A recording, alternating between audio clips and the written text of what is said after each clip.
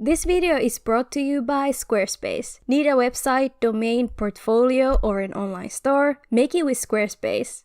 Hi guys and welcome to my channel. Today's video is an installment to my art mystery series that I do on this channel, which I've thoroughly enjoyed making. In this series, we discuss and explore cursed or interesting paintings and the bizarre stories surrounding them or their creators. Last episode, we examined the dark truth around Picasso and the implications of separating the art from the artist. Today, we will explore this question even deeper as we dive into the twisted and unsettling reality of serial killer artworks and the vast market surrounding them. Before we start, however, I'd like to thank the sponsor of this video, Squarespace. For those of you wondering, Squarespace is an all-encompassing solution for anyone looking to create a beautiful website. Nowadays, it's so important to have an online presence, and the best way to do so is to create a website of your own. And with Squarespace's effortless interface, making one has never been easier. Whether it's for the purpose of making an online store, a blog, or a portfolio, Squarespace is the perfect option to go with. They offer tools like customizable templates, starter layouts, and endless design options that optimize everything to your liking. You have access to marketing tools and analytics in case you want to run an online business. You also have the option to automatically scale your images as well as manually fit them so your work can always look perfect in case you want to create a catalog, a photo gallery, or a digital portfolio. I personally made a portfolio using Squarespace's easy layout templates and I love the way it ended up looking. I highly recommend you all check out squarespace.com for a free trial. And when you're ready to launch your website, go to squarespace.com/thumin to save 10% off your first purchase of a website or a domain. The link is in the description. Thank you again, Squarespace, for sponsoring this video. This topic is highly controversial and very troubling, so please proceed with caution. We will discuss serial killers, their crimes, murderabilia, and artworks created by these criminals. However, out of the respect for the families affected, I won't be showing or sharing any artworks that depict the crimes that these killers have committed. Therefore, I'm putting out an all-encompassing trigger warning for literally everything. I will do my best to censor the worst of it, but again, proceed with caution. Viewer discretion is advised. Without any further ado, let's jump right into it. They make money from murder, not the criminals, but collectors who buy and sell letters, photos, and artwork created by convicted killers. It's big business, and as Local 2's Owen Conflenti reports, one of the country's biggest collectors makes no apologies for his chosen career.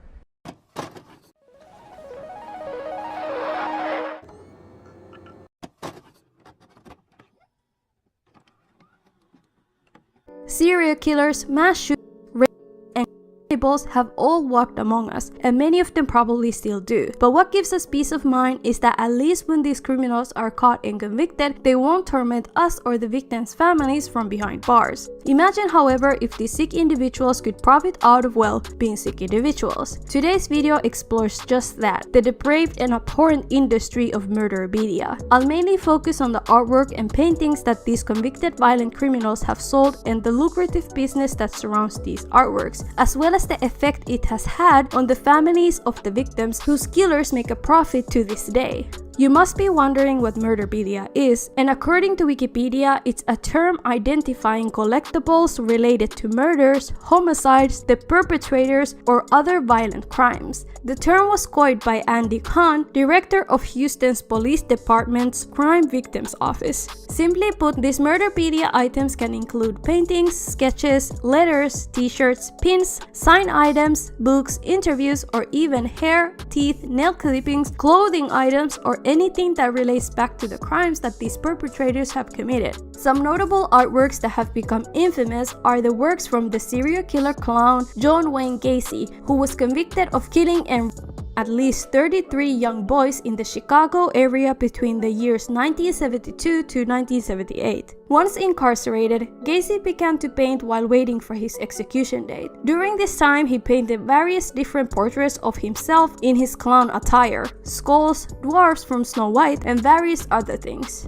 His paintings sold anywhere from $200 to $20,000 each, and this was allowed to continue until the year 1985, when he was finally prevented from selling anything more. After his execution in 1994, his lawyer auctioned off the remaining 40 paintings that Gacy still had in his possession. 25 of these paintings were purchased by two men called Joseph Roth and Walter Knobel for the sole purpose of getting rid of them forever. They bought over $15,000 worth of Gacy paintings and held a bonfire so they could burn everything they had collected. Relatives of 7 Gacy victims were in the crowd present, participating in the destruction of these works. "I wish it was Gacy, but it's a piece of him," said Marino of Chicago, whose brother Michael Marino was one of Gacy's 33 known victims.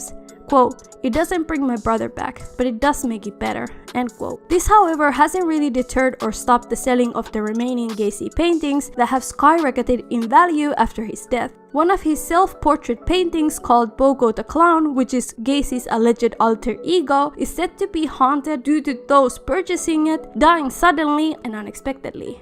The actor Johnny Depp actually purchased this specific painting, but later decided to get rid of it. This is what he said in an interview about it. "They told me when I got it that the proceeds went to a charity or to the victims' families or something, but I found out that wasn't the case. So I got rid of it. It was too dark anyways. Fascinating from a psychological point of view, but that was really dark stuff." Charles Manson, who was a cult leader that led 7 individuals losing their lives brutally, including a pregnant woman mind you, popularized murderpedia by selling t-shirts of his face, stickers, patches, artworks, signatures, locks of his hair, and other items, all from the comfort of his prison cell. It's alleged by various sources that Manson was worth over $400,000 and that he made a cut of every sale that was made from his t-shirts and artworks. This was made possible by the collectors of murderpedia that helped him sell these items on different internet websites. This is all too common with murderpedia, but before we inspect the industry behind it, let's take a look at the works of Richard Ramirez, better known as the Night Stalker. He was a prolific serial killer, kidnapper, and overall a menace to society that took the lives of at least 15 individuals and tormented many more. Ramirez sold portrait sketches of himself, the devil, and other depictions of his own heinous acts, which I won't be showing in this video out of respect for those that suffered by his hands. He got compensated handsomely by murderpedia collectors who commissioned artwork and worked closely with him to sell his works outside of prison. Due to Ramirez's conventional looks, he garnered a deranged fan base of serial killer sympathizers, which led to him getting married while awaiting the death penalty. He eventually died of cancer before his execution, and the artworks he created have skyrocketed in value due to his passing. Some of them are still being sold to this day. There are plenty more horrific and distressing artworks created by these killers, but I want to explore the market behind them, the laws regulating them, and the morality of it all in the next part of this video.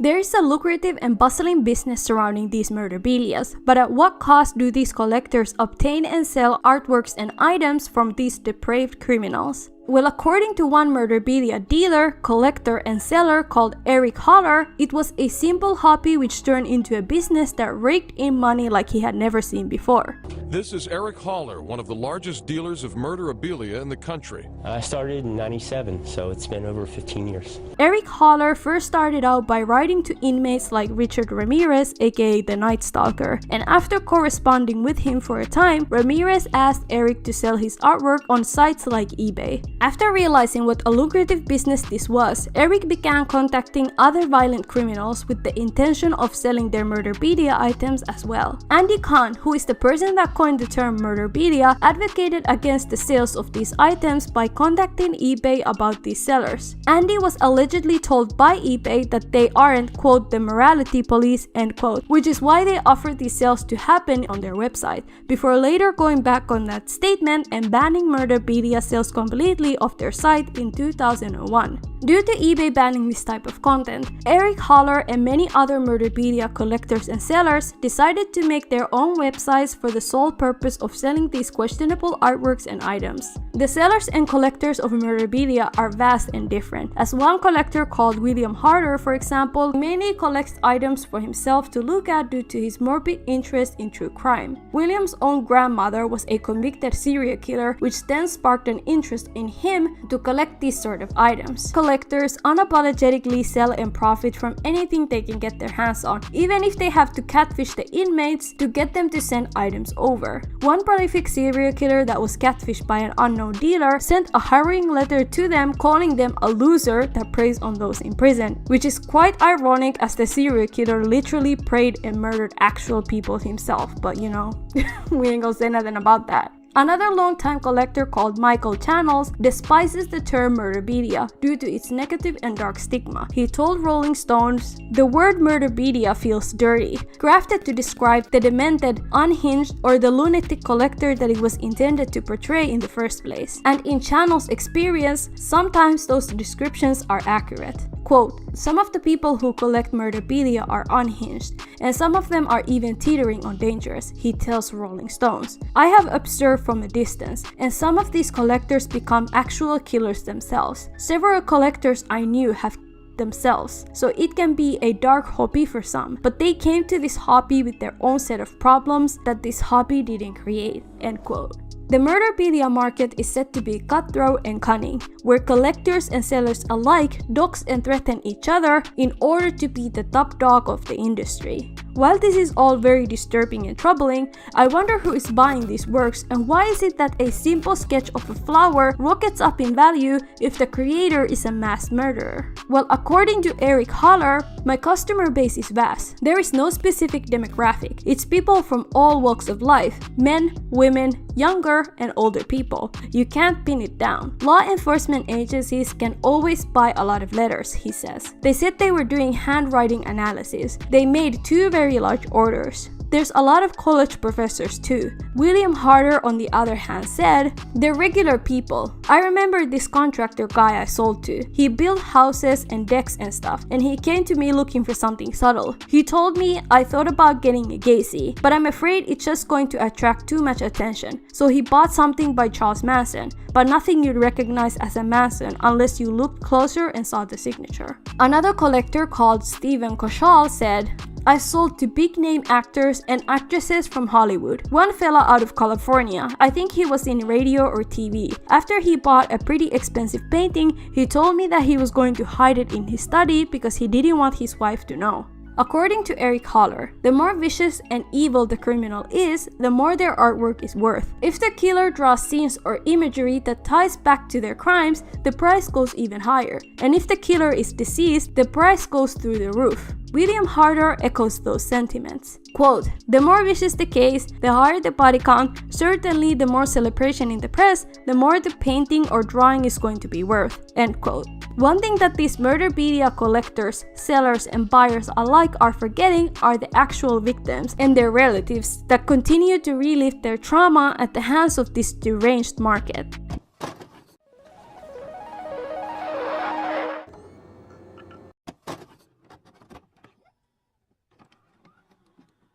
The sister of the late Sharon Tate, who was one of the 7 victims of Charles Manson, spoke out against this deranged market by saying that it's an insult to the victims as the market keeps the tragedy and pain alive for the families of those victims. The sales of these serial killer paintings, sketches, and items have been a hotly debated issue for long, and due to the niche of murderpedia being so specific, it's been hard to regulate. This has led to victims and their relatives having to do most of the work to advocate against this exploitative market to keep the legacy of their beloved undisrupted.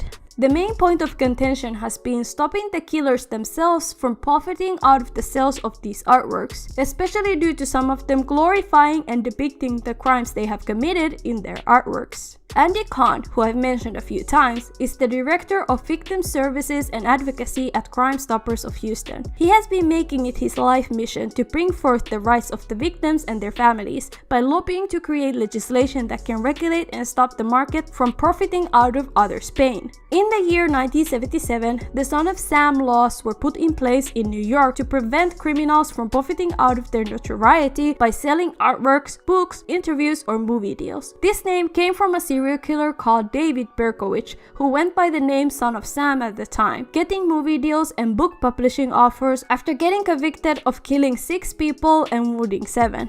The law was passed to prevent him and others from making profit out of the fame they have gained from destroying lives. This law was contested and highly argued against due to collectors and the like alleging that it infringes on their First Amendment rights to free speech. The law was shut down in the Supreme Court for this specific reason, though many other similar laws have come out since. Khan specifically wants to focus on making it impossible for collectors, sellers, and criminals alike to not make any profit out of these works rather than focusing on the censorship aspect. Basically, in layman's terms, paint, scratch, snip, doodle all you want, just don't make money from it, he says. The general consensus among victims and their families is that murderpedia is harmful, disrespectful, and highly upsetting. The unfortunate reality is that though there are some laws attempting to block the murderpedia industry from thriving, it's almost impossible to regulate it as the black market from it has grown beyond regulation. That being said, some victims' families have turned to murderpedia artwork specifically to heal, like the gallery owner called Alexander Salazar, who unfortunately witnessed his father getting shot. Alexander went on to study art and became engulfed by the world of prison art. This led to him collecting a vast catalog of artwork from mostly unknown criminals, and he went on to display them in his gallery for the world to see. Jeff Dion, Deputy Executive Director of the National Center for Victims of Crime, said that he thinks that in this case, it's fine for the gallery to have an exhibition of artwork by prisoners, especially since the person putting it on is a crime victim himself. That being said, most of the collectors and sellers are regular people that are not victims or related to any criminal at all, and they don't really care about the victims or how this business affects their families. There's almost no empathy in this field for anyone, and to no one's surprise, some even have more sympathy for the criminals than they have for their victims. In one Crime Watch Daily interview, a collector went on to brag how they are actually a really good person because they don't eat meat, while also victim blaming the deceased for getting killed in the first place. It's truly disgusting how far some are willing to go so they can make a profit despite knowing how much damage they are causing to those affected. The most common arguments these collectors and sellers give is that what they are doing is the same as historians or war memorabilia collectors, but as you will soon hear, those two are quite different from each other. You can't possibly compare war relic collectors to you selling a serial killer's toenail clippings for $100, while the victims and their families are literally telling you that what you are doing is not okay. Going back to the question of can art be truly separated from the artist, I think there's a limit to that argument, especially if the art you're selling is literal depictions of the crimes the criminal has committed. I guess that question is more valid if the art is unrelated to anything that the criminal has done and whether they profit out of it or not. I personally have my opinions on this, but I'll save them for later. I could go on and on about all this, but I don't want this video to get too long, so I'll hop on to the last part of this video, which is my final thoughts regarding all this.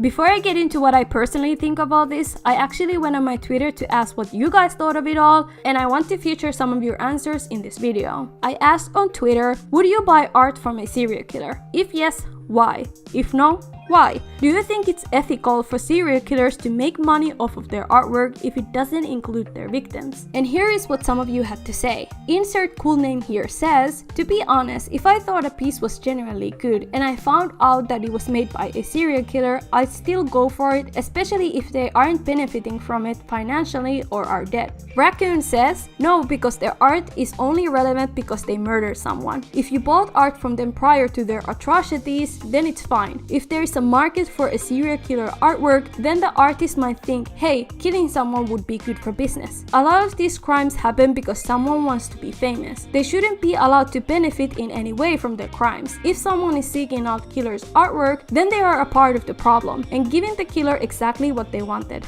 fame and attention. Stropy says, if I saw it in a charity shop, then yes, because the money would be going to a good cause rather than the killer in question, but otherwise, no. Goth said, I would would buy it, but only if I like the art itself. It wouldn't be because they are famous for being a criminal. I think someone can be separated from their work. For example, J.K. Rowling has done some crappy things, but people can still enjoy Harry Potter without thinking about who created it. The same can be said for art in my opinion. Oh, I forgot to mention, I would only buy if the money spent didn't go to the murderer. Alex Meredith said, while I hate the idea of people buying art from a serial killer, I can totally see how there is a market for it. I mean, just look at how many people still listen to this band. If they still have fans, I can see how people can be fans of serial killer art, whether or not we agree.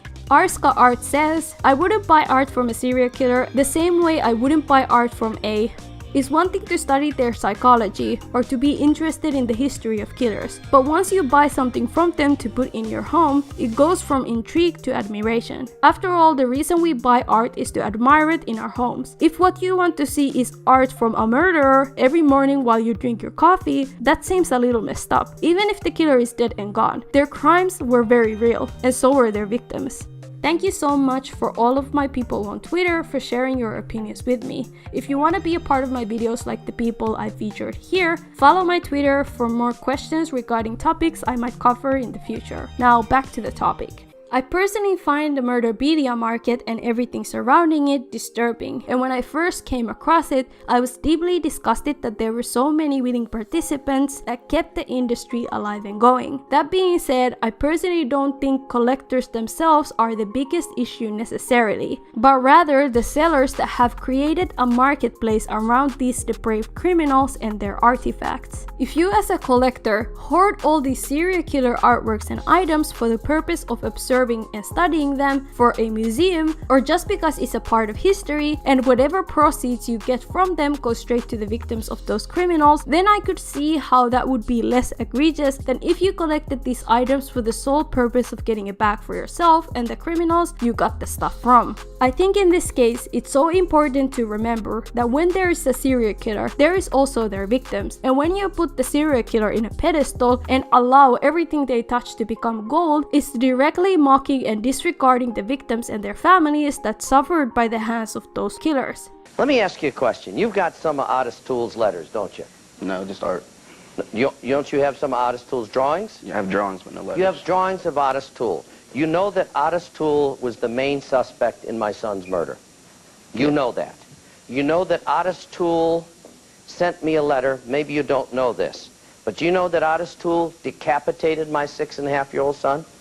Did you know that? Yeah. He cut my son's head off, allegedly. Okay? And he wrote me a letter from prison saying, I'll tell you where the rest of the body is if you give me $5,000. And you got that guy's paintings. How do you think I feel about that? Think about the victims' family. Why not use the energy to help families of victims?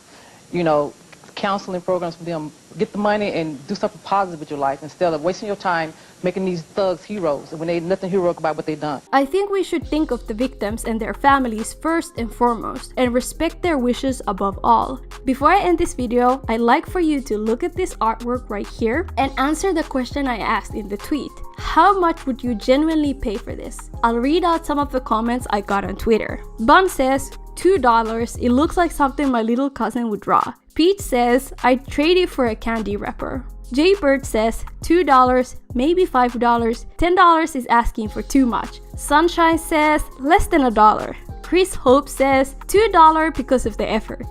Well, here's the context. This is actually art made by the serial killer John Wayne Gacy that murdered 33 young boys. Apparently this artwork is worth up to $4,500 because he killed so many victims. Thank you guys for watching this video. It was a wild ride, but I hope you found it interesting. I'd like to thank my patrons and the channel members for allowing me to continue bringing you guys this content. Thank you to Darcy Rawlings, Nat, Dayanara Serges, Jamisha Walker, Celine Bede, Seiji Hito, Eri Martinelli, Life on Mars, Hat, Salem Smith, Inola, Neptune, Adrian Charles Cone, Sammy Special, Nico D'Angelo, Crystal, Chainsaw 134, Jillian, JJ, Adam Quentin Colley, Sebastian Lurkin, Cool Wrangler, Isabella, JD Jungs, Vika Brontes, Ashley V, Lady Kimono, Juriah Sun, Jasmine Donald, Grey Raven, Black Wolf 275, Katie Alina, Zoe Johnson, Yukiano, Madonna, Bare Hands, Duchess Celestia, Split into Two, Harriet Rose, Bait, Lady Kimono, Cloudy Coffees, Garrett Elijah, and Queen Pritters. Would you buy artwork from a serial killer? What do you think of the industry behind Murderabilia? Can art be truly separated from the artist? Let me know in the comments.